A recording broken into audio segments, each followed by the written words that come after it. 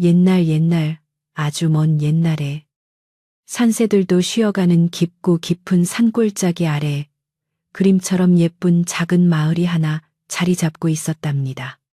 이 마을은 사방이 병풍 같은 산들로 둘러싸여 있어서 바람마저도 조심스럽게 비켜가는 아늑한 곳이었으며 마을 사람들은 비록 가진 것은 넉넉하지 않았지만 서로를 아끼고 도우며 평화롭게 살아가고 있었지요.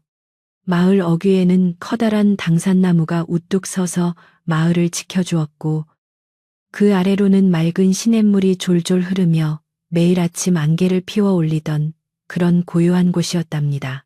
그 평화로운 마을의 가장자리.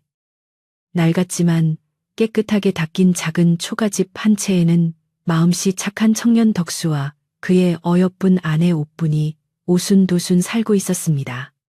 덕수는 성실함 하나로 동네에서 소문이 자자한 일꾼이었고 옥분은 비단결 같은 마음씨를 가진 여인으로 두 사람은 가난 속에서도 웃음꽃이 피어나는 하루하루를 보내고 있었지요. 아침이면 덕수가 지게를 지고 산으로 가고 옥분은 샘터에서 물을 길어오며 서로의 안녕을 묻는 것이 그들에게는 세상 무엇보다 큰 행복이자 삶의 원동력이었답니다. 덕수의 집마당에는 옥분이 정성스레 가꾼 작은 채소밭이 있었는데 거기에는 고추와 상추가 파릇파릇하게 돋아나 있었고 한쪽 구석에는 옥분이 매일같이 닦아 반짝거리는 장독대들이 줄지어 서 있었습니다.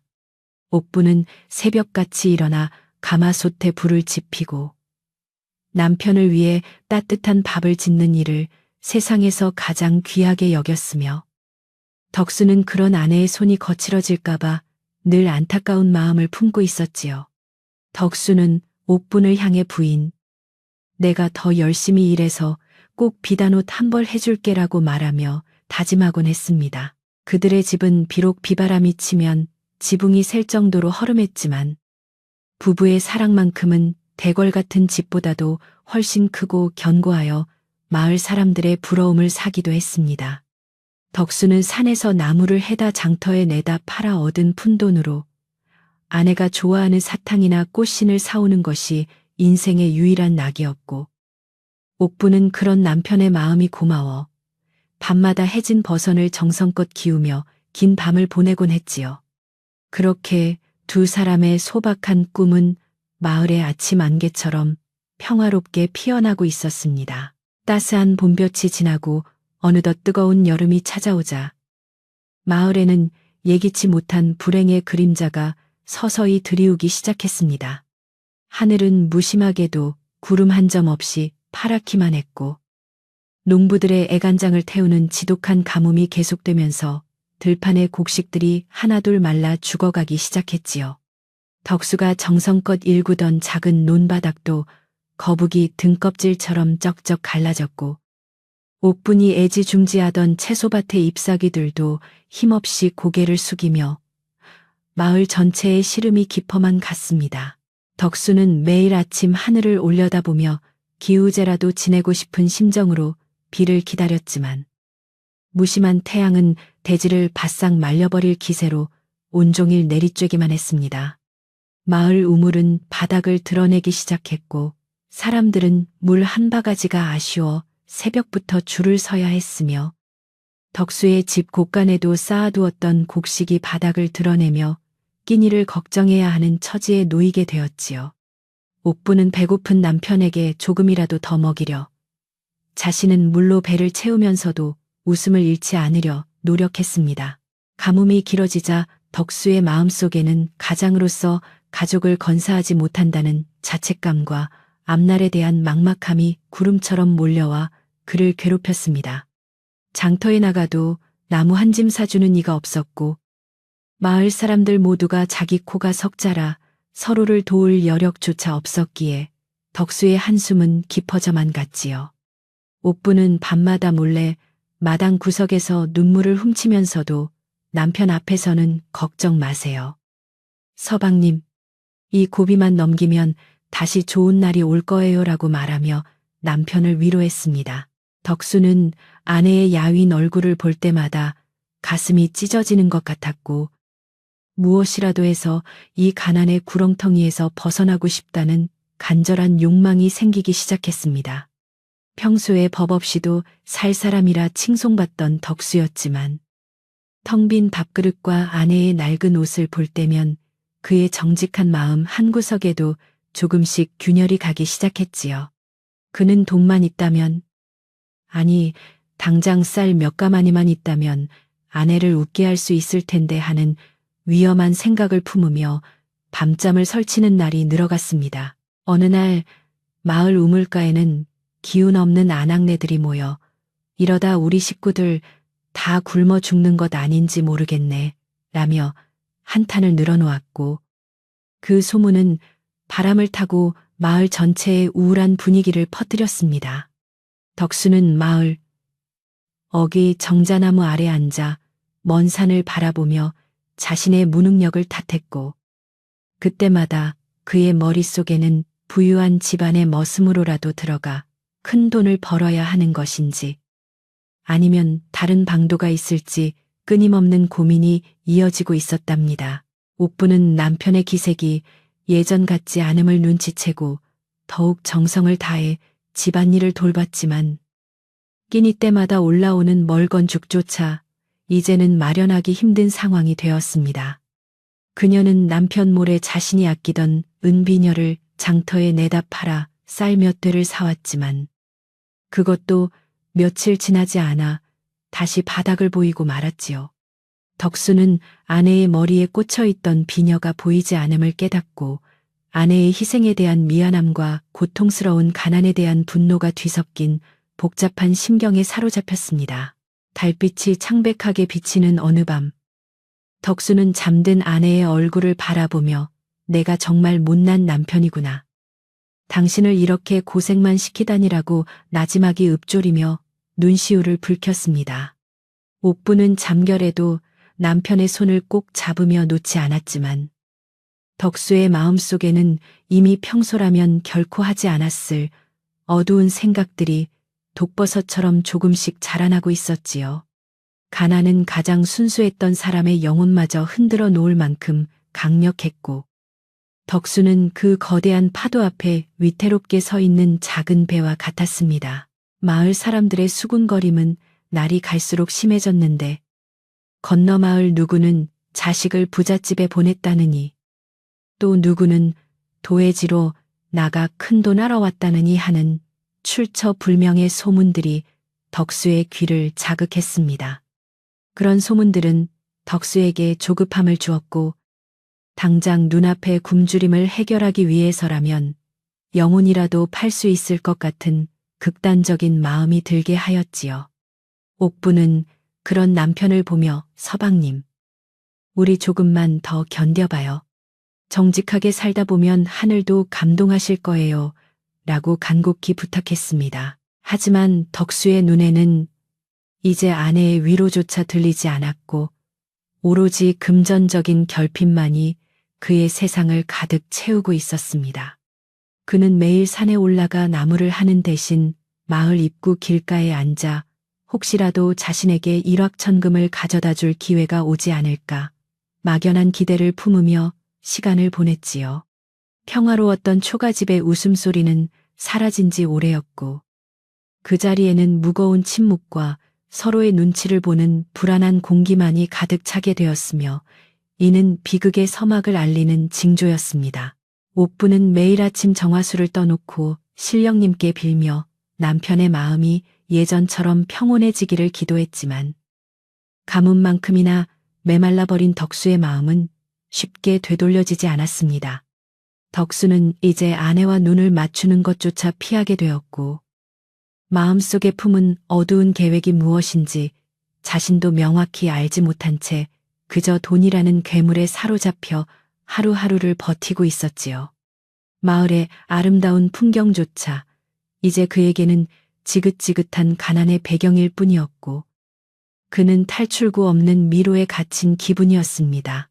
이 무렵 덕수의 집에는 낯선 기운이 감돌기 시작했는데 평소와는 다르게 덕수가 밤늦게까지 밖을 배회하다 들어오는 일이 잦아졌고 들어와서도 아내에게 화를 내는 일이 부쩍 늘어났습니다. 옥부는 변해버린 남편의 태도에 가슴이 내려앉는 듯한 통증을 느꼈지만 그것이 모두 배고픔과 가난 때문이라 믿으며 끝까지 남편을 원망하지 않고 묵묵히 제 자리를 지켰지요. 그러나 그녀의 인내심만으로는 다가올 거대한 폭풍을 막아내기에는 역부족이었고 마을의 평화는 위태롭게 흔들리고 있었습니다. 덕수는 어느 날 장터 구석에서 사람들이 도박을 하는 모습을 우연히 지켜보게 되었고 짧은 시간에 큰 돈이 오가는 것을 보며 자신의 인생을 단번에 바꿀 수 있다는 헛된 망상에 빠지게 되었습니다. 그는 자신이 가진 마지막 전 재산이나 다름없는 종잣쌀을 몰래 내다 팔아 도박판에 끼어들었지만 결과는 뻔하게도 모든 것을 잃고 빈손으로 돌아와야 했지요. 그 일로 인해 덕수의 상실감과 절망은 극에 달했고 이제는 돌이킬 수 없는 길로 가고 있다는 사실조차 망각한 채 더 큰 도박을 꿈꾸게 되었습니다. 옥부는 뒤늦게 덕수가 쌀을 팔아 도박했다는 사실을 알고 서방님, 어찌 그러실 수 있나요? 우리가 굶더라도 도박만은 안 됩니다라고 울며 매달렸지만 이미 눈이 뒤집힌 덕수에게는 들리지 않았습니다. 덕수는 오히려 아내를 밀쳐내며 네가 뭘 안다고 그래. 내가 다 우리 잘 살자고 하는 짓인데 왜 사사건건 방해냐라고 소리를 질렀고 그 소리는 고요한 밤의 정적을 깨뜨리며 이웃집까지 들릴 정도로 컸답니다. 부부의 금슬이 좋기로 소문났던 집에서 들려온 고함에 마을 사람들은 혀를 찼지요. 이런 소란 속에서도 마을의 현자라 불리는 김노인은 덕수의 집 앞을 지나며 혀를 끌차고 사람의 욕심이 눈을 가리면 소중한 것이 무엇인지 잊게 되는 법이지라고 혼잣말을 남겼습니다. 하지만 덕수는 그 조언을 들을 리 만무했고 그는 이제 더 이상 잃을 것이 없다는 막무가내식의 태도로 삶을 대하기 시작했습니다. 옥부는 그런 남편을 보며 깊은 슬픔에 빠졌지만 자신이 남편을 지키지 않으면 이 가정이 무너질 것이라는 사명감 하나로 간신히 정신을 붙잡고 있었습니다. 덕수의 고민은 깊어만 갔고 그의 마음속에는 이제 돈을 벌기 위해서라면 무엇이든 하겠다는 위험한 결심이 확고하게 자리 잡게 되었습니다.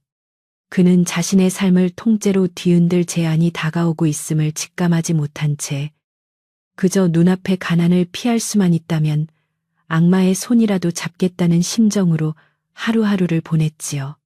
마을의 노을은 여전히 아름다웠지만 덕수의 눈에 비친 노을은 붉은 핏빛처럼 보였고 그것은 앞으로 일어날 비극적인 사건의 복선과도 같았습니다. 가뭄으로 인해 바싹 마른 나뭇가지처럼 덕수와 옥분의 관계도 위태롭게 흔들리고 있었고 옥분은 남편이 예전에 다정한 모습으로 돌아오기만을 애처롭게 기다렸습니다. 그녀는 부엌에서 찬물을 마시며 허기를 달래면서도 남편의 밥상에는 산에서 캔뿌리라도 정성껏 올려두었지만 덕수는 그것조차 거칠게 밀어내며 밖으로만 나돌았습니다. 마을의 평화로웠던 분위기는 덕수 부부의 갈등을 시작으로 점차 무겁고 가라앉은 공기로 변해가며 모두가 무언가 불길한 일이 일어날 것임을 예감했습니다. 덕수는 이제 마을 사람들 사이에서도 변해버린 사람으로 낙인 찍히기 시작했고 그를 아끼던 이웃들도 하나둘 그를 멀리하기 시작했습니다. 하지만 덕수는 그런 시선들조차 이제는 아랑곳하지 않았고 오직 자신의 손에 쥐어질 돈만을 꿈꾸며 현실을 부정하고 있었습니다. 그는 언젠가 큰 돈을 벌어 마을 사람들에게 보란듯이 성공한 모습을 보여주겠다고 다짐했지만 그 방법이 얼마나 잘못된 것인지는 깨닫지 못한 채 깊은 채수로 빠져들고 있었던 것이지요. 옥부는 어느 날 밤 꿈속에서 돌아가신 어머니가 나타났다라. 조심하거라. 네 집 앞마당에 검은 그림자가 지나가는구나라고 경고하는 꿈을 꾸고 식은땀을 흘리며 깨어났습니다.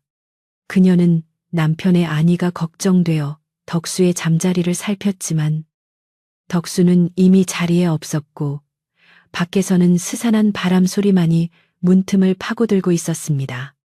옥부는 가슴을 졸이며 남편이 돌아오기를 기다렸고 그때 멀리서 낯선 남자의 웃음소리와 함께 덕수의 비틀거리는 발소리가 들려오기 시작했습니다.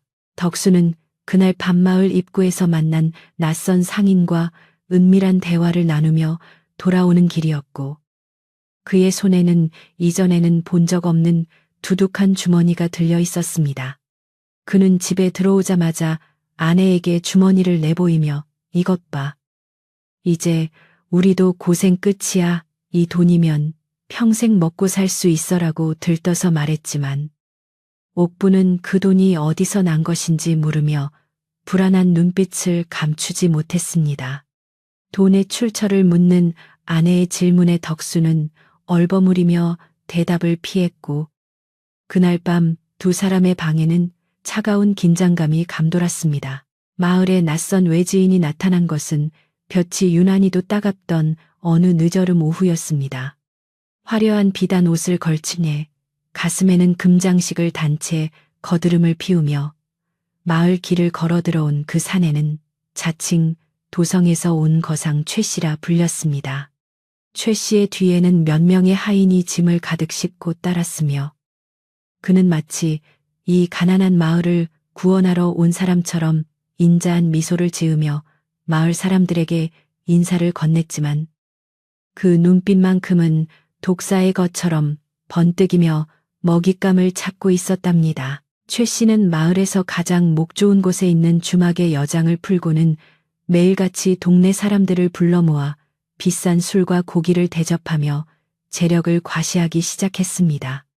그는 도성에서 얼마나 큰 돈을 벌었는지 자신이 아는 고관대작이 누구인지 늘어놓으며 순박한 시골 사람들의 넋을 쏙 빼놓았고 가뭄에 지친 사람들은 그가 베푸는 공짜 술에 취해 그의 말을 마치 신탁처럼 믿기 시작했지요.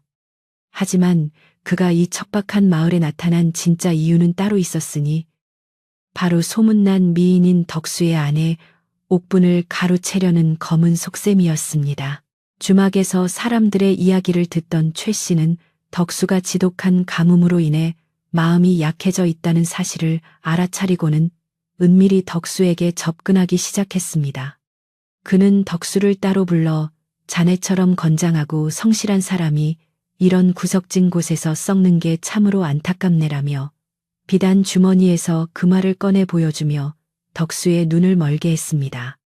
덕수는 평생 구경도 못한 큰 돈을 보며 가슴이 두근거렸고 최 씨가 내미는 술잔을 받아 마시며 자신도 모르는 사이에 악마의 유혹에 발을 들여놓게 되었답니다.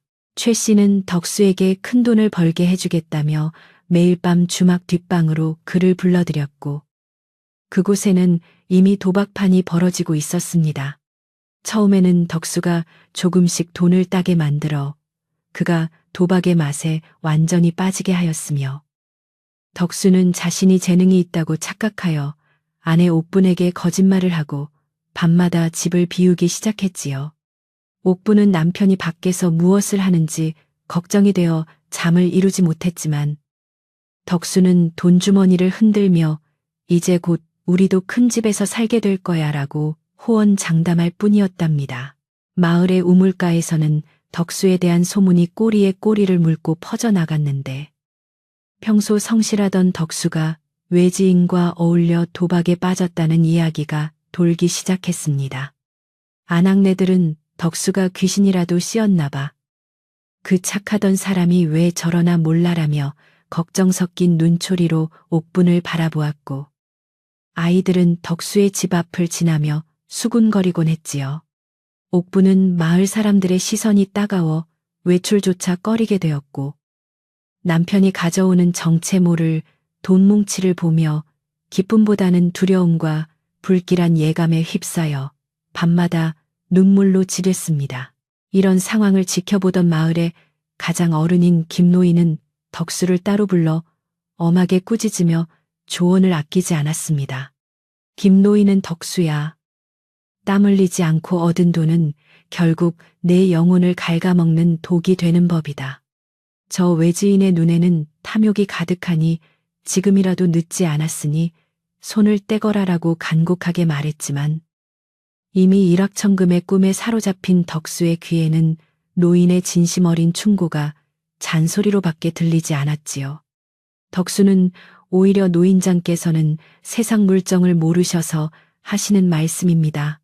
라며 자리를 박차고 일어났답니다. 최 씨의 계략은 더욱 치밀해졌는데 덕수가 도박의 재미에 완전히 빠졌을 무렵부터 그는 교묘하게 판을 짜서 덕수가 돈을 잃게 만들기 시작했습니다. 덕수는 잃은 돈을 만회하기 위해 더 큰 판에 끼어들었고 최 씨는 기다렸다는 듯이 덕수에게 높은 이자로 돈을 빌려주며 그를 빚의 칸무로 몰아넣었습니다. 덕수는 이제 자신이 가진 논밭뿐만 아니라 살고 있는 집마저도 최 씨에게 저당 잡히는 처지가 되었고 그런 사실도 모른 채 아내 옥부는 남편이 예전처럼 돌아오기만을 간절히 기도하고 있었지요. 밤이면 주막 뒷방에서는 거친 욕설과 함께 주사위 굴러가는 소리가 요란하게 들렸고 덕수의 얼굴은 초췌해지다 못해 귀신처럼 변해갔습니다. 최 씨는 덕수가 더 이상 내놓을 것이 없다는 것을 알게 되자 본색을 드러내기 시작했는데 그는 술에 취한 덕수에게 자네 이제 빚을 갚을 길이 없으니 대신 다른 방법으로 해결해 보는 게 어떻겠나라며 은밀한 제안을 던졌습니다. 덕수는 정신이 몽롱한 상태에서 그 제안이 무엇인지도 정확히 인지하지 못한 채 고개를 끄덕였고 그것이 바로 비극의 정점이 될 계약의 시작이었지요. 옥부는 남편의 옷가지에서 낯선 향기가 나고 눈빛이 흐릿해지는 것을 보며 도대체 무슨 일이 벌어지고 있는지 알아내기 위해 몰래 주막 근처를 서성거렸습니다. 그녀는 창틈으로 비치는 남편의 비참한 몰골과 최 씨의 비열한 웃음소리를 듣고는 심장이 서는 듯한 충격을 받았으며 남편이 자신도 모르는 사이에 얼마나 깊은 구렁텅이에 빠졌는지 깨닫게 되었답니다. 옥부는 당장이라도 뛰어들어가 남편을 데려오고 싶었지만 그랬다가는 오히려 남편의 자존심을 건드려 일이 더 커질까봐 가슴을 치며 집으로 돌아올 수밖에 없었지요. 마을 사람들의 수군거림은 이제 비난으로 바뀌었고 덕수의 집 담장 너머로는 연일 빚쟁이들이 찾아와 행패를 부리는 일이 잦아졌습니다. 마을 사람들은 저 집안도 이제 끝이구나. 옥분이가 참 가엾게 됐어라며 혀를 찾고 덕수는 이제 마을길을 다닐 때도 고개를 들지 못할 정도로 비참한 신세가 되었습니다. 하지만 최 씨는 오히려 마을 사람들에게 덕수가 얼마나 무능한지를 떠벌리며 자신이 덕수를 도와주는 척 연기를 했고 순진한 일부 사람들은 최 씨의 말을 믿고 덕수를 손가락질하는 상황까지 벌어졌답니다. 최 씨는 덕수에게 빌려준 돈의 이자를 터무니없이 높여서 매일같이 덕수를 압박했고 덕수는 이제 도망칠 곳도 숨을 곳도 없는 절박한 상황에 몰리게 되었습니다.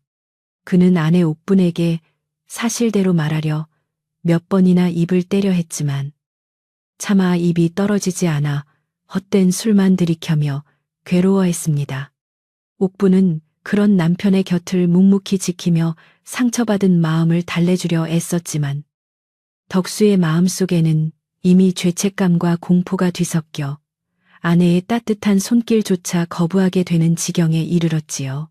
어느 날 저녁 최 씨는 덕수의 집으로 직접 찾아와 마당 한가운데에 버티고 서서 큰 소리로 덕수를 불러냈습니다. 그는 마을 사람들이 다 들으라는 듯이 어이 덕수. 자네가 빌려간 돈이 벌써 이만큼이나 쌓였는데 언제 갚을 텐가라며 고함을 질렀고 덕수는 방 안에서 벌벌 떨며 밖으로 나오지 못했습니다. 옥분이 대신 나가 정중하게 사과하며 시간을 달라고 부탁했지만 최 씨는 옥분의 얼굴을 뚫어지게 쳐다보며 부인이 참으로 현숙하시군. 이런 남편을 둔 게 안타까울 따름이야라고 조롱하듯 말했답니다. 최 씨의 방문 이후 덕수는 거의 정신을 놓은 사람처럼 행동하기 시작했고, 그는 이제 최 씨가 시키는 대로라면 무엇이든 하겠다는 노예 같은 신보로 변해버렸습니다. 최 씨는 그런 덕수를 보며 승리의 미소를 지었고, 이제 마지막 일격을 가하기 위해 마을의 한량들을 동원해 덕수를 더욱 몰아세웠지요.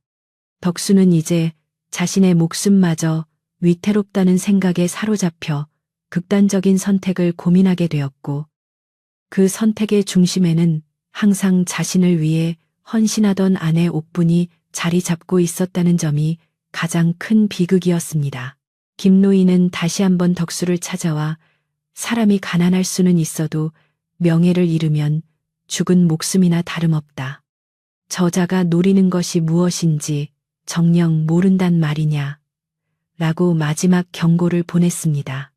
하지만 덕수는 노인장, 내일은 내가 알아서 할 테니 상관 마시오 라고 소리를 지르며 은인을 밀쳐냈고, 김노인은 깊은 한숨을 내쉬며 불쌍한 것, 결국 호랑이 굴로 제 발로 기어 들어가는구나라며 고개를 저으며 떠났습니다.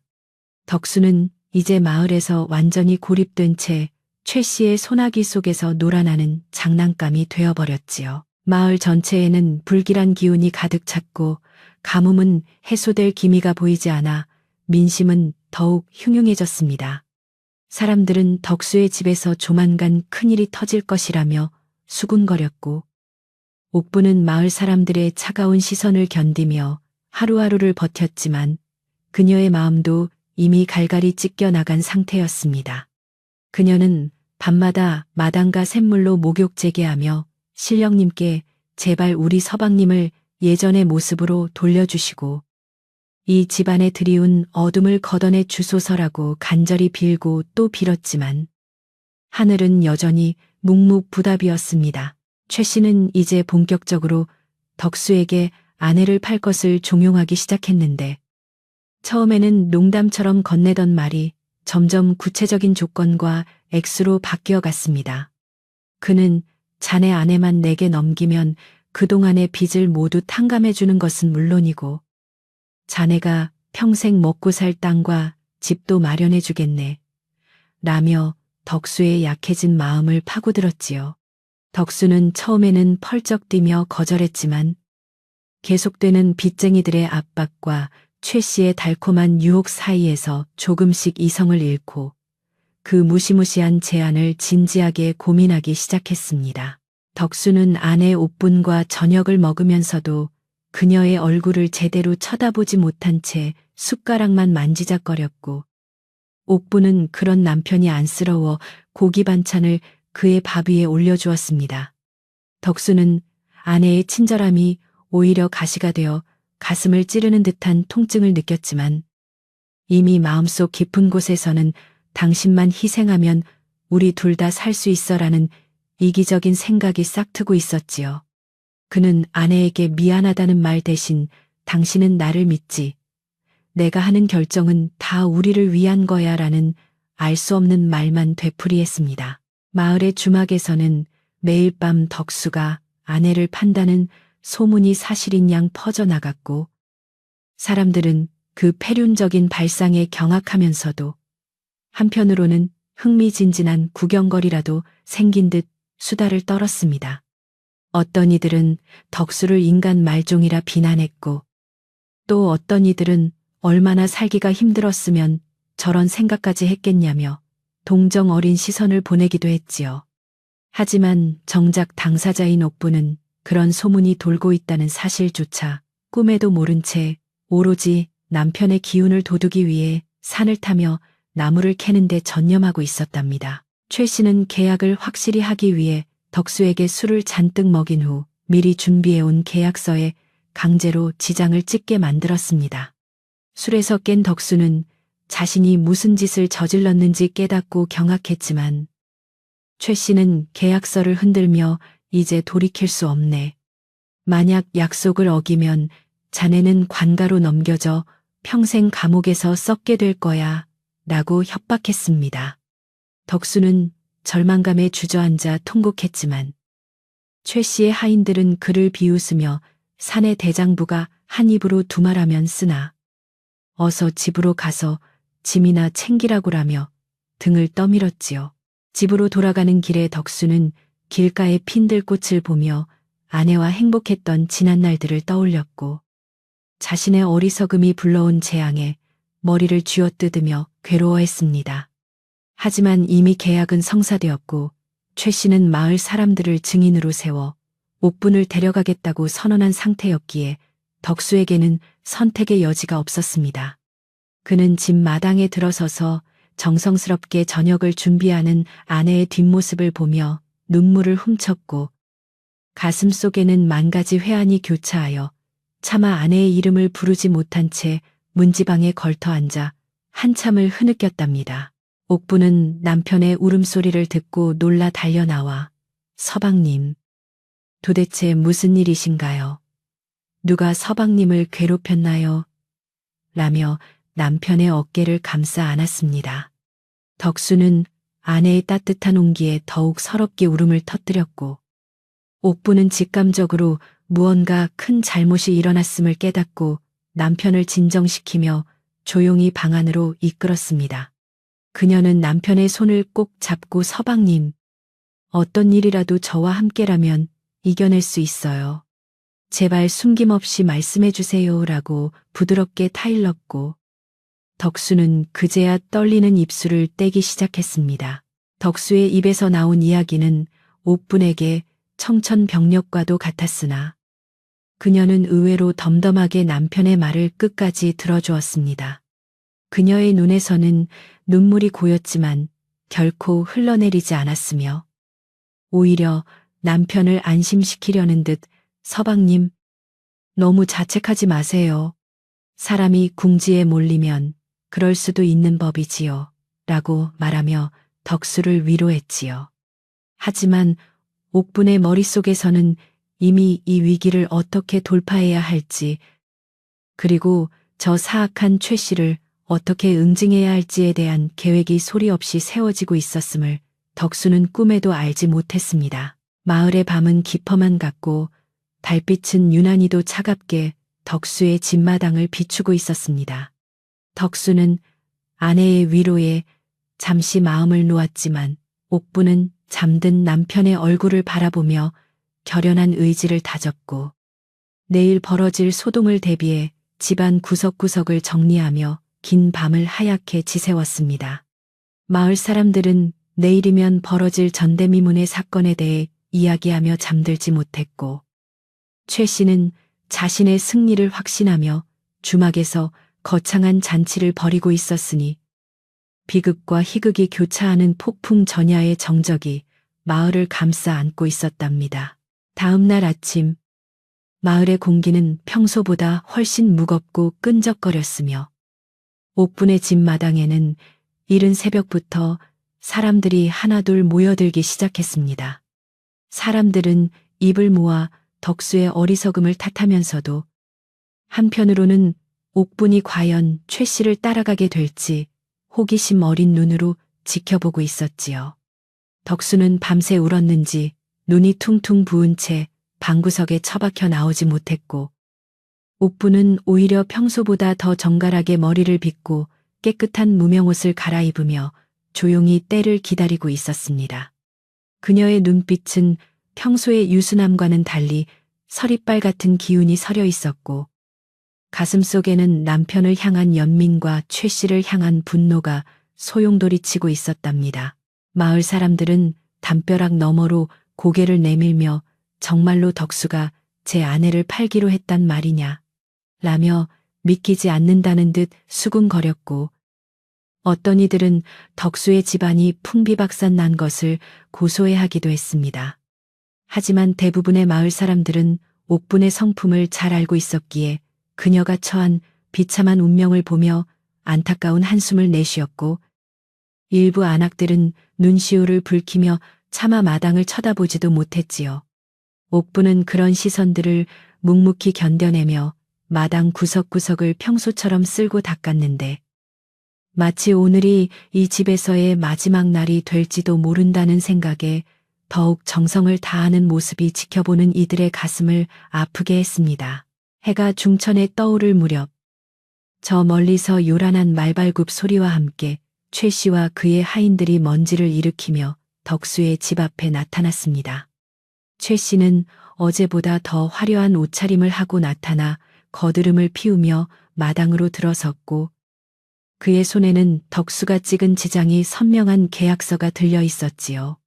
그는 주위를 둘러보며 어이 덕수, 약속한 시간이 되었으니 어서 나와서 짐을 챙기게나라고 큰 소리로 외쳤으며 그의 목소리는 평화롭던 마을의 정적을 깨뜨리며 울려 퍼졌습니다. 덕수는 차마 밖으로 나오지 못하고 문지방 뒤에 숨어 있었고 대신 옥분이 당당하게 최 씨 앞에 나서며 차가운 눈빛으로 그를 쏘아보았습니다. 최 씨는 옥분의 기세에 잠시 주춤하는 듯 했으나 이내 비열한 웃음을 지으며 부인, 이제 당신은 내 사람이니 나를 따라가서 부귀영화를 누리면 된다네라며 그녀의 손목을 잡으려 했습니다. 옥분은 최 씨의 손을 거칠게 뿌리치며 나를 데려가려거든. 먼저 우리 서방님이 당신에게 진 빚이 정당한 것인지 마을 사람들 앞에서 명백히 밝혀야 할 것이오라고 말하며 당당히 맞섰지요. 마을 사람들은 옥분의 기백에 놀라 숨을 죽였고 최 씨는 당황한 기색을 감추며 이게 무슨 소린가? 여기 덕수가 직접 찍은 지장이 찍힌 계약서가 있는데 무엇이 더 필요하단 말인가? 라고 소리를 높였습니다.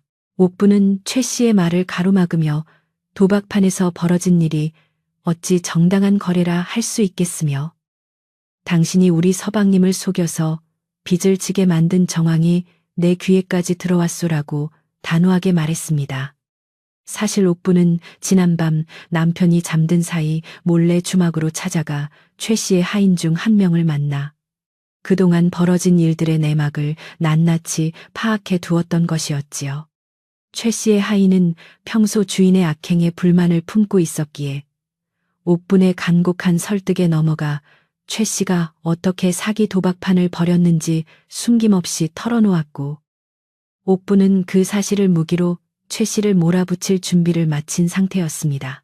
마을의 분위기는 순식간에 반전되었고 사람들은 옥분의 말에 귀를 기울이며 최 씨를 의심의 눈초리로 바라보기 시작했습니다. 김노인은 군중 속에서 앞으로 나와 옥분아, 내 말이 사실이라면 이는 관가에 고발해야 할 중대한 범죄가 아니냐라고 물었고 옥분은 고개를 숙여 예를 갖춘 뒤 그렇습니다. 어르신, 이자는 우리 마을의 어려운 상황을 틈타 부정한 방법으로 사람을 가로채려 하고 있습니다. 라고 답했습니다.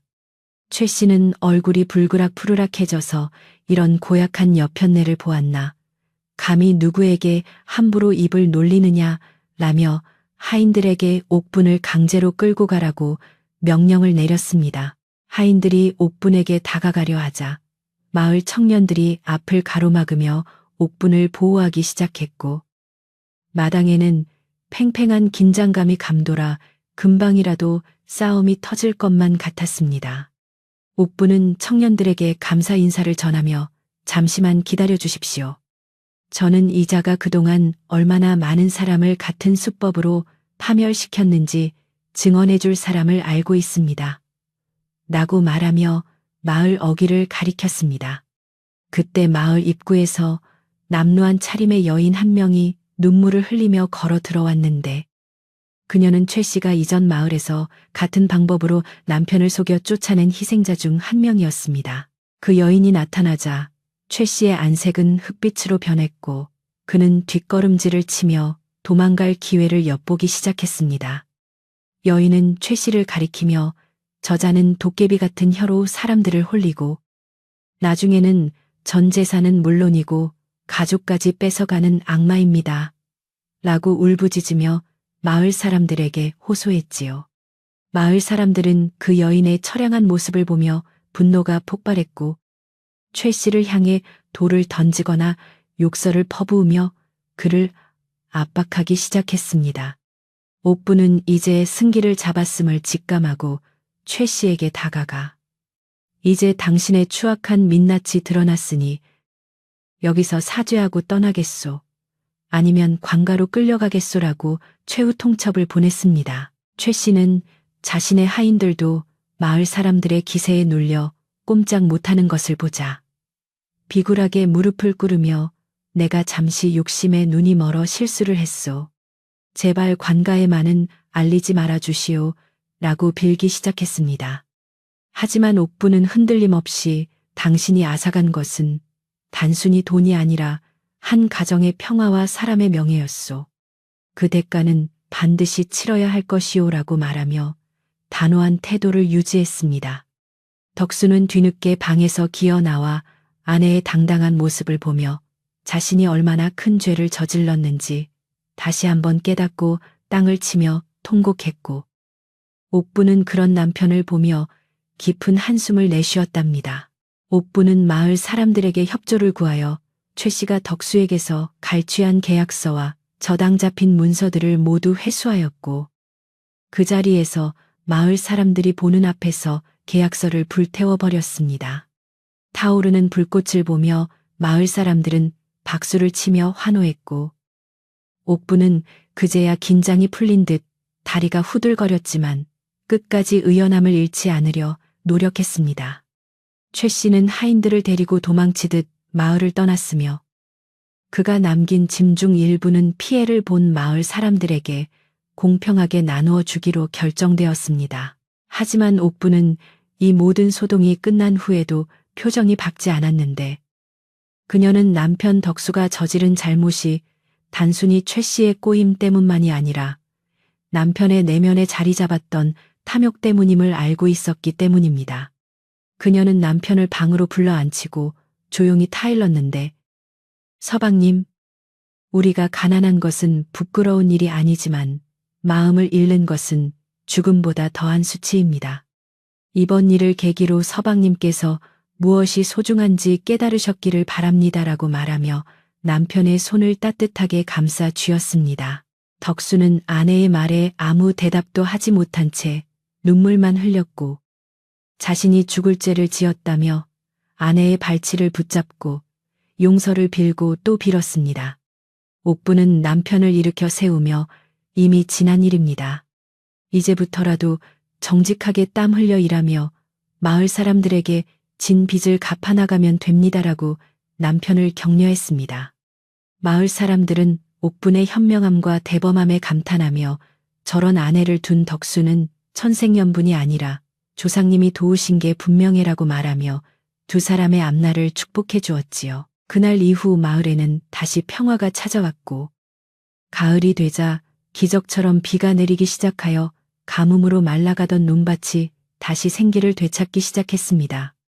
덕수는 매일 새벽같이 일어나 마을 사람들의 밭은 일을 도맡아 하며 자신의 잘못을 속죄했고 옥부는 그런 남편을 돕기 위해 밤낮 없이 일하며 집안을 다시 일으켜 세웠습니다.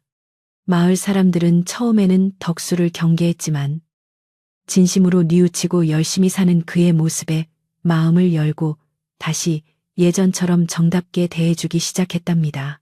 옥부는 마을의 여인들에게 그를 가르치거나 어려운 일이 있을 때 상담해주는 현명한 조력자로 거듭났으며 그녀의 집은 이제 마을에서 가장 화목하고 활기찬 곳으로 소문이 났습니다. 덕수는 아내에게 비단 옷은 해줄 수 없었지만 대신 매일 산에서 예쁜 들꽃을 꺾어 아내의 머리에 꽂아주며 평생을 아끼고 사랑하겠다고 다짐했습니다. 옥부는 그런 남편의 소박한 선물에 세상에서 가장 행복한 미소를 지었고 두 사람은 비록 가난할지라도 서로의 마음만큼은 그 누구보다 부유하다는 것을 깨닫게 되었지요. 옥분이 최 씨를 몰아내기 위해 준비했던 증인과 증거들은 사실 그녀의 치밀한 계획과 용기에서 비롯된 것이었으며 그녀는 단순히 자신을 지키기 위해서가 아니라 마을 전체의 정의를 바로잡기 위해 행동했던 것입니다. 김노인은 옥분을 보며 사람의 마음을 얻는 법을 아는 여인이로다. 네가 우리 마을에 있는 것이 큰 복이다라고 칭찬을 아끼지 않았으며 옥부는 그 칭찬에 겸손하게 고개를 숙이며 자신의 역할을 묵묵히 수행해 나갔습니다. 어느덧 시간이 흘러 마을 사람들은 덕수가 아내를 팔려했다는 부끄러운 과거보다는 옥분이 어떻게 지혜롭게 남편과 마을을 구했는지에 대한 무용담을 더 자주 이야기하게 되었습니다. 그 이야기는 세대를 거듭하며 전해 내려와 어려움이 닥쳤을 때 정직과 지혜가 얼마나 큰 힘을 발휘하는지를 알려주는 귀중한 교훈이 되었지요. 옥부는 자신을 돈 때문에 팔린 아내가 아닌 지혜로 가정을 지킨 아내로 기억해주는 마을 사람들의 따뜻한 마음씨에 감사하며 평화로운 나날을 보냈습니다. 저녁 노을이 붉게 물드는 시간. 옥부는 마당가에 앉아 남편이 돌아오기를 기다리며 평화로운 일상을 만끽하곤 했습니다. 그녀의 손길이 닿은 장독대들은 여전히 반짝거렸고 채소밭에는 풍성한 열매들이 맺혀 있었으며 집안 구석구석에는 예전의 활기와 웃음소리가 다시 가득 차 있었습니다. 덕수는 저 멀리 산등성이에서 지게 가득 나무를 지고 내려오며 아내를 향해 손을 흔들었고 옥부는 그 모습에 화답하며 따뜻한 저녁 밥상을 준비하기 위해 부엌으로 들어갔습니다. 마을 사람들은 덕수 부부의 변화된 모습을 보며 진정한 행복은 물질적인 풍요가 아니라 서로를 향한 믿음과 존중에서 온다는 사실을 다시 한번 가슴 깊이 새겼습니다. 옥부는 가끔 지난 일을 떠올리며 몸서리를 치기도 했지만 그때마다 자신 곁을 지켜준 마을 사람들과 끝내 뉘우친 남편이 있었기에 지금의 평온함이 더욱 소중하게 느껴졌습니다. 그녀는 이제 그 누구도 부럽지 않은 마음의 평화를 얻었으며 그 평화는 마을 전체로 퍼져나가 모든 이들의 마음을 따뜻하게 감싸 안았습니다. 덕수는 아내에게 못다 한 말을 편지로 적어 전달하기도 했는데 서툰 글씨였지만 그 속에는 아내를 향한 진심 어린 사죄와 깊은 사랑이 담겨 있었습니다. 옥부는 그 편지를 소중히 간직하며 남편이 힘들 때마다 꺼내 보여주며 초심을 잃지 않도록 도와주었지요. 두 사람은 이제 마을에서 가장 금슬 좋은 부부로 불리며 늙어갔고 그들의 삶은 한편이 아름다운 동화처럼 마을 사람들의 기억 속에 오랫동안 남아있게 되었습니다. 어느 추운 겨울밤, 눈이 소복이 쌓이는 날에도 덕수의 집에서는 따뜻한 등불이 새어 나왔고 부부의 정다운 대화 소리가 끊이지 않았습니다. 옥부는 남편에게 따뜻한 차를 내어주며 서방님, 우리가 함께라면 어떤 눈보라가 쳐도 두렵지 않아요라고 말했고 덕수는 아내의 손을 꼭 잡으며 고개를 끄덕였습니다. 그들의 집은 비록 작았지만 사랑과 지혜라는 거대한 기둥이 받치고 있었기에 그 어떤 풍파에도 흔들리지 않는 견고한 성체와 같았으며 마을의 전설이 되어 고요하게 흐르고 있었습니다. 마을의 아침은 평소보다 일찍 찾아왔습니다. 밤새 잠을 설친 마을 사람들은 덕수의 집 마당으로 하나둘 모여들기 시작했지요. 안개가 자욱하게 깔린 마을 어귀에서부터 심상치 않은 기운이 감돌았고 사람들의 얼굴에는 걱정과 호기심이 뒤섞여 있었습니다. 옥분이 처한 비참한 운명을 동정하면서도 도대체 이 일이 어떻게 결판이 날지 모두가 숨을 죽이며 지켜보고 있었던 것이지요. 덕수의 집 앞마당은 이제 마을 전체의 재판장이 된 듯한 긴장감이 가득 흐르고 있었습니다. 이윽고 저 멀리서 요란한 말방울 소리와 함께 최 씨가 거드름을 피우며 나타났습니다. 그는 오늘따라 유난히 번쩍이는 비단옷을 입고 하인들을 거느린 채 마당 한가운데로 당당하게 걸어 들어왔습니다. 그의 손에는 덕수가 찍은 지장이 선명한 계약서가 들려 있었고 최 씨는 그것을 흔들어 보이며 마을 사람들을 향해 비열한 웃음을 지어 보였지요.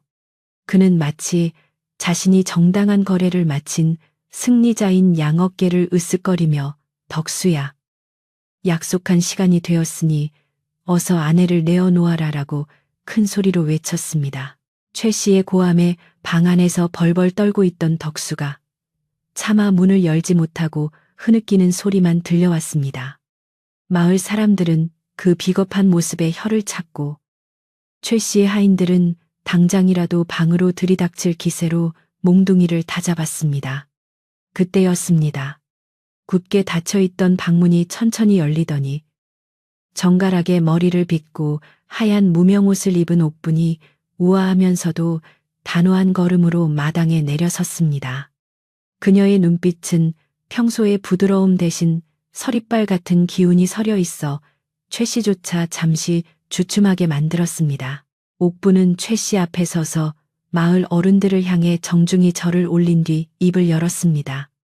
마을 어르신들, 그리고 이웃분들, 오늘 우리 집에서 벌어지는 이 해괴한 일을 증인이 되어 지켜봐 주십시오.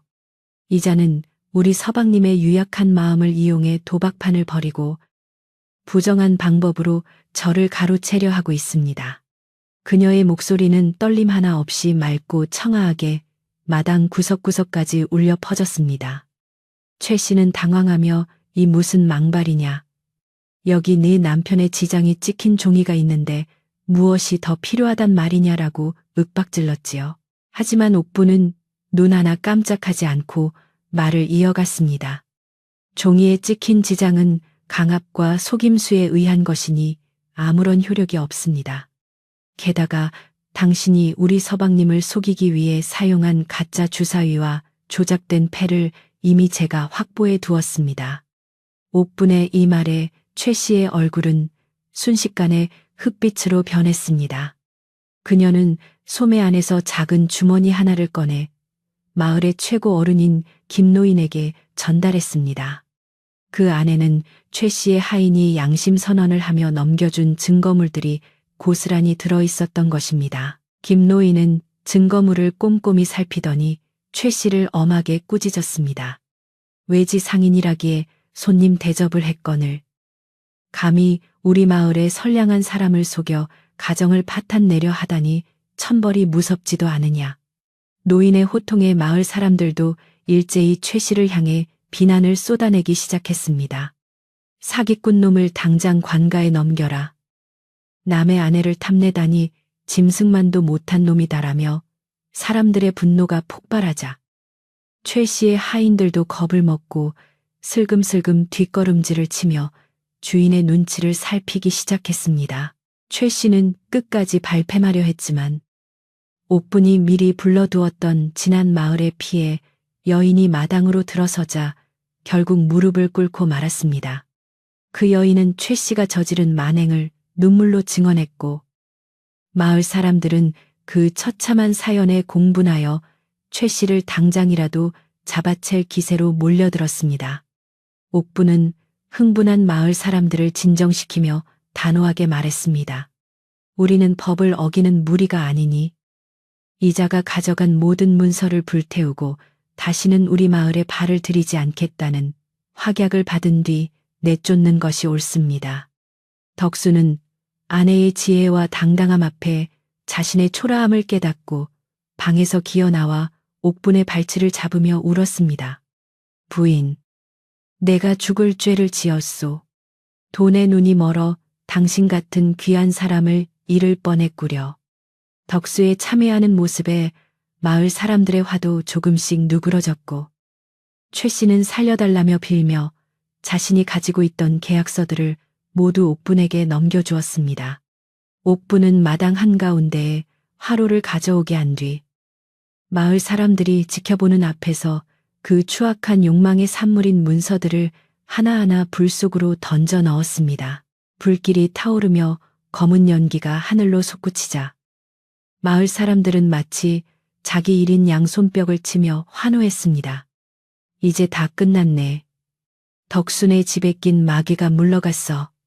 라며 서로를 다독였고 옥부는 그제야 긴장이 풀린 듯 남편의 손을 꼭 잡았습니다. 최 씨와 그의 무리는 마을 청년들의 위협 속에 소금 세례를 받으며 허둥지둥 마을 밖으로 쫓겨났습니다. 그들이 떠난 길목에는 뽀얀 먼지만이 남았고 마을에는 다시금 고요하고 평화로운 기운이 서서히 스며들기 시작했습니다. 소동이 가라앉자 마을 안악들은 옥분을 안아주며 그녀의 고생을 위로했습니다. 자네가 아니었으면 큰일 날 뻔했어. 어쩜 그렇게 똑부러지게 말을 잘하나라며 옥분의 현명함을 칭찬하는 소리가 자자했습니다. 김노인은 덕수의 어깨를 두드리며 임자. 자네는 이번에 큰 복을 받은 줄 알게나. 목숨을 걸고 집안을 지킨 아내를 평생 업고 다녀도 모자랄 것이야. 라고 엄하게 충고했습니다. 덕수는 고개를 깊이 숙이며 마을 사람들에게 심려를 끼쳐 죄송하다고 거듭 머리를 조아리며 사과했습니다. 마당을 가득 채웠던 긴장감이 사라진 자리에는 이제 안도와 평온의 기운이 감돌았습니다. 옥부는 마을 사람들에게 감사의 뜻으로 창고에 남겨두었던 귀한 차와 소박한 떡을 내어놓으며 잠시 쉬어가기를 청했습니다. 사람들은 마당가에 걸터앉아 지난 며칠간의 소동을 이야기하며 웃음꽃을 피웠고 덕수는 부지런히 물을 길어와 사람들의 목을 축여주었습니다. 뜨거웠던 대결의 열기는 가시고 시원한 가을바람이 불어와 마을 사람들의 땀방울을 식혀주며 진정한 화해와 회복의 시간이 시작되었던 것입니다. 옥부는 부엌으로 들어가 며칠간 제대로 먹지 못한 남편을 위해 따뜻한 밥을 짓기 시작했습니다. 소단에서 밥이 익어가는 구수한 냄새가 온 집안에 퍼지자 비로소 이 집이 사람 사는 냄새를 되찾은 것 같아 그녀의 마음도 한결 가벼워졌습니다. 덕수는 부엌 입구에 서서 아내의 뒷모습을 바라보며 연신 눈물을 훔쳤지만 이번에는 절망의 눈물이 아니라 감사의 눈물이었습니다. 그는 자신이 저지른 어리석음을 평생 잊지 않겠노라 다짐하며 아내가 준비하는 밥상을 소중하게 받아들 준비를 마쳤습니다. 마을 사람들은 하나둘씩 자신의 집으로 돌아가며 덕수의 집 대문을 나섰습니다. 덕수야, 내일부터는 다시 산에 같이 가자고 나무 한 짐 해다가 장터에 내다 팔면 쌀이라도 얻을 수 있을 테니 말이야. 라며 이웃 사내들이 격려의 말을 건넸습니다. 옥부는 대문 밖까지 나가 배웅하며 이웃들의 따뜻한 마음씨에 다시금 감동을 받았습니다. 가난은 여전했지만 그 가난을 함께 이겨내줄 이웃들이 있고 지혜로운 아내가 곁에 있다는 사실이 덕수에게는 세상 그 무엇보다 든든한 재산이 되었음을 모두가 알게 되었습니다. 해는 어느덧 서산 너머로 뉘엿뉘엿 지고 있었고 붉은 노을이 덕수의 초가집 지붕을 따뜻하게 감싸 안았습니다. 마당에 흩뿌려졌던 소금기조차 이제는 깨끗이 씻겨 내려간 듯 보였고 우물가에서는 아이들의 천진난만한 웃음소리가 다시 들려오기 시작했습니다. 옥부는 마당 한구석의 핀들국화를 보며 비로소 마음의 평안을 되찾았습니다. 그녀는 이제 더 이상 돈 때문에 팔려갈 걱정 없이 자신이 사랑하는 이 집과 남편을 지켜냈다는 자부심을 가슴 깊이 간직하며 고요한 저녁을 맞이할 준비를 끝냈습니다. 덕수는 아내 옥분 옆에 앉아 두 손을 꼭 잡고 한참 동안 말이 없었습니다. 그 침묵은 100마디 말보다 더 깊은 진심을 담고 있었고 옥부는 그런 남편의 마음을 누구보다 잘 알고 있었기에 그저 가만히 그의 어깨에 머리를 기댔습니다. 두 사람의 그림자가 길게 늘어져 마당을 가로지르는 동안 마을의 모든 소음은 잦아들고 오직 서로의 숨소리만이 들려왔습니다. 세상의 어떤 금은보화보다도 소중한 것은 바로 지금 이 순간의 평화와 서로에 대한 믿음이라는 것을 그들은 온몸으로 느끼고 있었던 것이지요. 집안의 가구들은 제자리를 지키고 있었고 옥분이 정성스레 닦아놓은 장독대들도 달빛을 받아 은은하게 빛나고 있었습니다. 불길에 타버린 계약서의 재는 바람에 실려 멀리 날아갔고 그와 함께 덕수의 마음속에 남아있던 일말의 욕심도 함께 사라졌습니다. 이제 덕수의 눈에는 황금빛 금화 대신 아내의 맑은 눈동자가 세상에서 가장 빛나는 보석처럼 보였습니다. 그는 마음속으로 수천 번, 수만 번 아내의 이름을 부르며 앞으로 펼쳐질 수많은 날을 오직 정직과 사랑으로 채워가겠노라. 신령님께 맹세하고 또 맹세했습니다. 밤이 깊어지자 마을은 완전한 정적에 휩싸였고 산들바람이 나뭇잎을 스치는 소리만이 정겹게 들려왔습니다. 덕수와 옥부는 함께 저녁상을 마주하며 가난하지만 꿀맛 같은 식사를 마쳤습니다. 옥부는 남편의 밥그릇에 남은 밥 한 톨까지 긁어주며 미소를 지었고 덕수는 아내의 젓가락 위에 가장 맛있는 나물을 얹어주며 화답했습니다. 소동 뒤에 찾아온 이 평범한 식탁이 그들에게는 그 어떤 진수성찬보다 귀했으며 부부의 연이 얼마나 단단하고 깊은 것인지를 다시금 일깨워주는 소중한 성찬이 되었습니다. 마당에 뜬 보름달은 유난히 밝아온 마을을 은빛으로 물들였습니다. 옥부는 마당가에 서서 하늘을 올려다보며 감사의 기도를 올렸고 덕수는 그런 아내 뒤에서 든든한 버팀목처럼 서 있었습니다. 이제 마을 사람 누구도 덕수를 비난하지 않았고 오히려 옥분의 지혜를 본받으려 하는 이들이 늘어났습니다. 한 사람의 용기와 지혜가 어떻게 무너져가는 집안을 다시 일으켜 세우고 마을의 정의를 바로잡을 수 있는지를 보여준 이 사건은 마을 사람들의 가슴 속에 잊지 못할 교훈으로 깊이 각인되었습니다. 집을 노리던 검은 손길은 완전히 사라졌고 덕수의 마음속에 도사리고 있던 불안의 그림자도 씻은 듯이 거쳤습니다. 옥부는 남편의 거친 손을 어루만지며 서방님, 이제 다시는 무서운 꿈을 꾸지 않아도 돼요라고 속삭였고 덕수는 아내를 품에 안으며 고개를 끄덕였습니다. 그들은 이제 가난을 두려워하지 않게 되었습니다. 진정으로 두려워해야 할 것은 돈이 없는 것이 아니라 서로를 향한 사랑과 정직을 잃는 것이라는 사실을 뼈저린 경험을 통해 배웠기 때문입니다. 고통의 시간은 끝났고 이제는 치유와 안식의 밤이 그들을 찾아왔습니다. 마을의 샘터에는 다시 물이 차오르기 시작했고 사람들의 마음속에도 희망이라는 샘물이 솟아나기 시작했습니다. 덕수 부부의 이야기는 이웃 마을까지 퍼져나가 가난한 부부들에게 큰 위로와 용기를 주었습니다. 옥부는 이제 마을의 상징이 되었고 덕수는 그런 아내를 위해 매일 더 부지런히 일하며 진정한 가장의 면모를 갖추어 나갔습니다. 그들의 작은 초가집은 이제 마을에서 가장 따뜻한 빛을 내뿜는 곳이 되었으며 그 빛은 길 잃은 나그네에게도 안식처가 되어줄 만큼 포근하고 넉넉한 기운으로 가득 찼습니다. 마지막으로 옥부는 최 씨가 남기고 간 짐 중에서 사들인 곡식들을 마을의 더 어려운 이웃들에게 골고루 나누어주며 소동을 마무리했습니다. 자신의 이익을 챙기기보다 마을 전체의 화합을 먼저 생각한 그녀의 결정에 사람들은 다시 한번 고개를 숙였습니다. 덕수는 아내의 그런 모습이 자랑스러워 어깨를 활짝 폈고 마을은 그 어느 때보다 단단한 결속력을 갖게 되었습니다. 어둠이 가고 빛이 찾아온 것처럼 덕수의 집에도 이제는 눈물 대신 웃음만이 가득할 것이라는 믿음이 마을 사람들의 가슴 속에 깊이 뿌리내렸습니다. 밤바람은 차가웠지만 두 사람의 체온은 뜨겁게 맞닿아 있었습니다.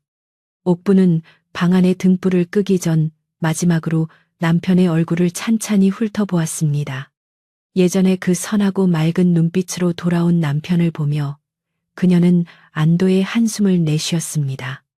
이제 모든 시련은 지나갔고 그들은 더 단단해진 부부의 연으로 평생을 함께할 준비가 되었습니다.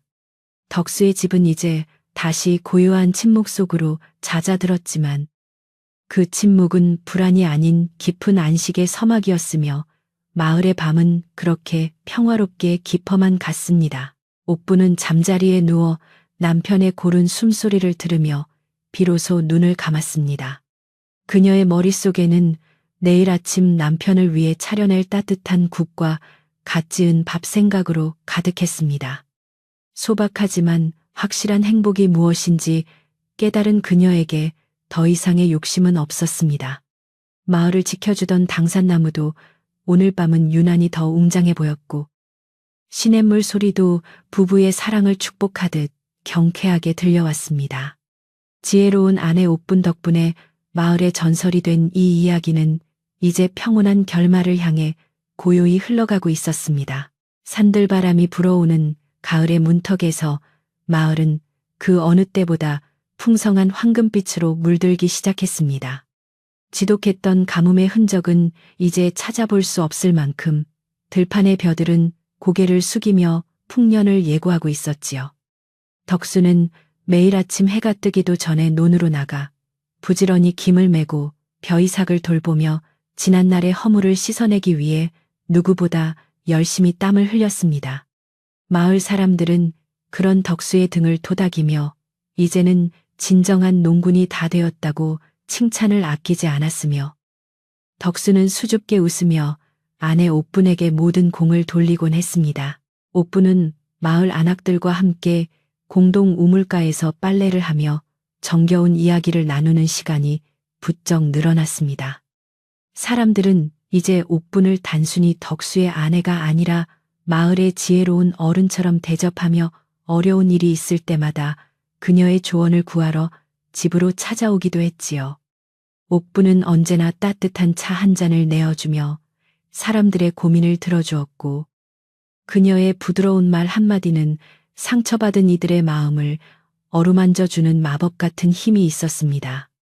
마을에는 다시금 웃음소리가 끊이지 않았고 고요한 평화가 안개처럼 부드럽게 마을 전체를 감싸 안으며 매일 아침을 맞이했습니다. 마을의 최고 어른인 김노인은 덕수의 집을 방문하여 마루에 앉아 담배를 태우며 흐뭇한 미소를 지어 보였습니다. 그는 덕수에게 사람이 살다 보면 길을 잃을 때도 있는 법이지. 하지만 자네는 그 길을 바로잡아줄 귀한 짝을 얻었으니 이제 더는 흔들리지 말게나라고 나지막이 읊조렸습니다. 덕수는 김노인에게 정중히 절을 올리며 어르신의 말씀 깊이 새기겠습니다. 평생 아내를 아끼며 정직하게 살아가겠습니다라고 다짐했습니다. 옥부는 두 사람을 위해 갓 구운 감자와 시원한 식혜를 내어오며 마을 어른의 방문을 진심으로 환대했습니다. 들판에는 메뚜기들이 뛰어놀고 아이들은 황금 물결 사이로 숨바꼭질을 하며 마을의 생기를 더해주고 있었습니다. 덕수는 추수 때가 다가오자 마을 청년들과 힘을 합쳐 공동으로 농사일을 돕기로 하였으며 이는 지난날 자신이 끼친 민폐를 갚기 위한 진심 어린 행동이었습니다. 청년들은 처음에는 덕수를 어색해했지만 진심으로 땀 흘리는 그의 모습에 마음을 열고 다시 형님이라 부르며 따랐습니다. 옥부는 그런 남편의 변화된 모습을 보며 마음속 깊이 안도감을 느꼈고 비로소 가슴을 짓누르던 무거운 짐을 완전히 내려놓을 수 있었습니다. 추수가 끝난 어느 화창한 날, 마을 사람들은 커다란 당산나무 아래 모여 한 해치의 수확을 감사하는 작은 잔치를 벌이기로 했습니다. 마을 부인들은 저마다 음식을 한 가지씩 준비해 왔는데 옥부는 정성스럽게 빚은 떡과 나물을 내놓아 사람들의 입맛을 사로잡았습니다. 잔치 마당에는 풍악 소리가 울려 퍼졌고 사람들은 막걸리 잔을 기울이며 서로의 노고를 치하했지요. 덕수는 마을 사람들에게 일일이 술잔을 올리며 지난날의 어리석음을 다시 한번 사과했고 사람들은 호쾌한 웃음으로 그의 사과를 받아주며 화합의 장을 만들었습니다. 잔치가 무르익을 무렵 마을 사람들은 입을 모아 옥분의 현명함을 칭찬하기 시작했습니다. 우리 마을에 옥분이가 없었으면 저 못된 상인놈에게 큰일을 당할 뻔했지. 뭐야? 라며 아낙네들은 옥분의 손을 꼭 잡았습니다. 옥분은 쑥스러운 듯 고개를 숙였지만 그녀의 눈가에는 기쁨의 이슬이 맺혔으며 남편 덕수도 아내를 바라보며 세상에서 가장 행복한 표정을 지었습니다. 마을 사람들은 옥분에게 마을의 크고 작은 일을 의논하는 책사 역할을 맡아달라고 부탁했고 그녀는 겸손하게 고개를 저으면서도 마을의 안녕을 위해 최선을 다하겠다고 답했습니다. 저녁 노을이 마을을 붉게 물들일 때 사람들은 각자의 집으로 돌아가며 따뜻한 인사를 나누었습니다. 덕수와 옥분도 마을 사람들의 축복 속에 집으로 돌아오는 길에 서로의 손을 꼭 잡았습니다. 덕수는 아내에게 부인, 내가 다시 태어난다면 그때도 꼭 당신을 만나고 싶소라고 고백했고, 옥부는 서방님, 지금 이 모습 그대로 건강하게 우리 곁에 계셔주는 것만으로도 충분합니다라고 화답했습니다. 두 사람의 발걸음은 그 어느 때보다 가벼웠으며 길가에 핀 코스모스들도 바람에 흔들리며 부부의 앞날을 축복하는 듯 보였습니다. 집마당에 들어서자 정성스레 닦아놓은 장독대들이 보름달 빛을 받아 은은하게 빛나고 있었습니다. 옥부는 부엌으로 들어가 남편과 함께 먹을 조촐한 저녁상을 준비하기 위해 화로에 불을 지폈습니다. 덕수는 마당 한 구석에서 장작을 패며 아내를 도왔고 집안 곳곳에는 다시 사람 사는 냄새와 온기가 가득 차올랐습니다. 가난은 여전했지만 마음만은 그 누구보다 풍요로운 부부는 소박한 밥상 앞에 마주 앉아 서로에게 정성껏 수저를 놓아주며 하루의 마무리를 준비했습니다. 식사를 마친 덕수는 아내를 마루에 앉히고 정성스럽게 발을 씻겨주기 시작했습니다. 그동안 고생시킨 내 마음을 이 물에 씻어 보내고 싶구려라는 남편의 말에 옥부는 빙그레 미소를 지으며 남편의 거친 손을 어루만졌습니다. 덕수는 아내의 고운 발바닥에 박힌 굳은 살을 보며 가슴 한구석이 찡해졌지만 이제는 슬픔보다는 희망을 이야기할 수 있다는 사실에 감사했습니다. 두 사람은 밤하늘에 뜬 별들을 바라보며 앞으로 지어나갈 소박한 꿈들을 하나하나 이야기하며 깊어가는 가을밤의 정취를 만끽했습니다. 마을의 밤은 유난히도 고요했고 가끔 들려오는 풀벌레 소리가 자장가처럼 평화롭게 울려 퍼졌습니다. 덕수는 이제 도박판의 시끄러운 소리 대신 아내의 따뜻한 숨소리를 들으며 잠드는 밤이 얼마나 소중한지 깨달았습니다. 옥부는 남편의 머리맡에 수건을 챙겨두고 내일 아침에 입을 옷을 정갈하게 개어두며 평범한 일상의 위대함을 가슴 깊이 새겼습니다. 세상의 모든 풍파가 휩쓸고 지나간 자리에 남은 것은 결국 서로에 대한 깊은 신뢰와 사랑뿐이었음을 그들은 온몸으로 증명해 보였습니다. 어느덧 겨울이 다가와 하얀 눈이 마을을 소복이 덮었지만 덕수의 집 굴뚝에서는 언제나 따뜻한 연기가 모락모락 피어올랐습니다. 덕수는 겨울 동안 가만히를 짜며 부지런히 돈을 모았고 옥부는 이웃집 아이들에게 글을 가르치며 마을의 등불 역할을 톡톡히 해냈습니다. 마을 사람들은 이제 덕수의 집을 지혜로운 집이라 부르며 존경의 눈빛으로 바라보게 되었으며 두 사람의 사랑 이야기는 이웃 마을까지 퍼져나가 가난한 연인들에게 큰 귀감이 되었습니다. 고난을 이겨낸 그들의 삶은 한편의 서사시처럼 마을의 역사 속에 깊이 새겨졌지요. 옥부는 가끔 지난 일을 떠올리며 빙긋 웃음 짓기도 했는데 그것은 고통을 이겨낸 자만이 가질 수 있는 여유롭고 아름다운 미소였습니다. 그녀는 돈이 줄 수 없는 가치가 무엇인지 그리고 진정한 용기가 무엇인지를 마을 사람들에게 행동으로 보여주었습니다. 덕수는 아내 덕분에 자신이 얼마나 소중한 사람인지 깨닫게 되었고 이제는 더 이상 남의 눈치를 보지 않고 당당하게 마을의 일원으로 살아갈 수 있게 되었습니다. 두 사람은 비록 비단 옷을 입지는 못했지만 서로의 마음이라는 가장 귀한 옷을 입고 평생을 살아가게 되었습니다. 해마다 돌아오는 명절이면 마을 사람들은 옥분의 집으로 모여들어 떡을 치고 정을 나누는 것이 하나의 관습처럼 되었습니다. 옥부는 사람들에게 공평하게 음식을 나누어 주며 마을의 화합을 도모했고 덕수는 힘든 일을 도맡아 하며 마을의 든든한 일꾼으로 자리매김했습니다. 지혜로운 아내와 정직한 남편이 일궈낸 평화는 마을 전체로 번져나가 이 마을은 인근에서 가장 살기 좋은 곳으로 소문이 자자해졌습니다. 이야기는 이렇게 끝이 나지만 그들이 남긴 교훈은 여전히 우리들 마음속에 따뜻한 불씨로 남아 숨쉬고 있습니다. 밤이 깊어 등불을 끄기 전 옥부는 남편의 잠자리를 정성껏 살피며 마지막으로 방 안의 공기를 환기했습니다. 덕수는 잠결에도 아내의 손을 꼭 잡으며 놓지 않았고 옥부는 그런 남편의 손등에 가볍게 입을 맞추며 하루를 마감했습니다. 이제 무서운 상인도 빚쟁이들의 고함도 들리지 않는 평화로운 밤이 찾아왔으니 두 사람은 더 이상 불안에 떨 필요가 없었습니다. 창밖으로 비치는 달빛은 부부의 잠자리를 은은하게 보호해 주었으며 마을을 지키는 당산나무도 바람을 막아주며 고요한 안식을 약속했습니다. 옥부는 잠자리에 누워 천장을 바라보며 나지막이 기도를 올렸습니다.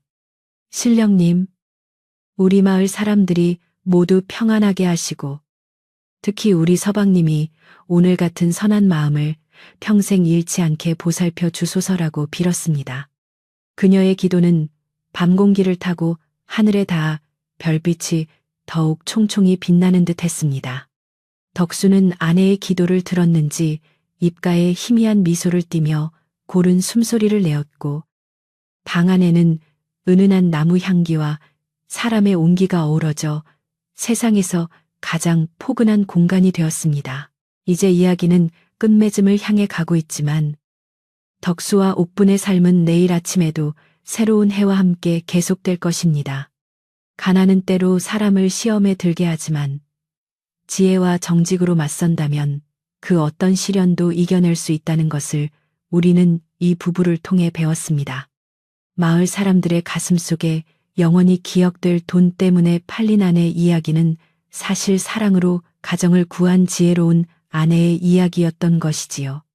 고요한 산촌 마을에 어둠이 완전히 내려앉고 모든 생명이 잠든 지금 우리도 그들처럼 편안한 휴식을 취할 시간입니다. 옛날이 이야기 속의 주인공들은 이제 전설이 되어 우리 곁을 떠났지만 그들이 남긴 따뜻한 마음만은 이 밤의 공기 속에 여전히 남아 있습니다. 옥부는 마지막으로 방문을 잠그고 이불을 머리끝까지 덮으며 깊은 꿈속으로 여행을 떠났습니다. 그 꿈속에서 그녀는 아마도 황금빛 논밭에서 남편과 함께 웃으며 노래하는 풍요로운 미래를 보고 있을 것입니다. 덕수 또한 아내의 손을 꼭 잡고 들판을 달리는 꿈을 꾸며 평온한 밤을 보내고 있습니다. 마을의 평화는 이렇게 지켜졌고 밤은 더욱 깊어만 갑니다. 마을 어귀의 시냇물은 오늘도 변함없이 흐르며 바위와 인사하고 산 위에서 내려온 시원한 바람은 초가집의 창호지를 가볍게 흔들며 지나갑니다. 모든 갈등과 소동은 이제 먼지처럼 사라졌고 오직 고요함과 안식만이 마을을 채우고 있습니다. 옥부는 자신의 자리로 돌아와 가장 소중한 것을 지켜냈다는 충만함을 느끼며 잠이 들었습니다. 그녀가 남편에게 건넸던 따뜻한 한마디는 이제 듣는 이들의 마음속에도 평온한 자장가가 되어 스며들 것입니다. 이제 모든 걱정은 저 먼 산 너머로 사라졌으니 부인도 편안히 눈을 감으세요. 우리가 함께하는 이 밤이 세상에서 가장 아름다운 꿈결과 같을 것이에요. 서방님의 손을 꼭 잡고 깊은 잠에 빠져들면 내일은 오늘보다 더 밝은 해가 우리 마당을 비추어 줄 테니까요. 마을의 모든 불빛이 하나둘 꺼지고 산새들도 둥지를 찾아 잠든 이 고요한 밤에 당신의 평온한 숨소리만이 내 귓가를 간지럽히는군요. 자, 이제 아무 걱정 말고 포근한 이불 속에서 긴 여행을 마치듯 편안히 잠드소서. 나의 소중한 사람아. 마지막으로 옥부는 엷은 미소를 띠며 혼잣말처럼 중얼거렸습니다. 서방님, 이제 비단 옷은 필요 없어요. 우리가 함께 있는 이 자리가 바로 비단 방석이고 대궐이니까요. 모두가 평화로운 이 밤이 참으로 좋네요. 이 말 한마디가 마을의 모든 상처를 덮고 새살이 돋게 하는 치유의 노래가 되었습니다. 덕수도 그녀의 목소리에 응답하듯 고개를 끄덕이며 더욱 깊은 잠속으로 빠져들었습니다. 마을의 전설은 이렇게 아름다운 마무리를 지으며 듣는 이들의 꿈속으로 살포시 스며듭니다.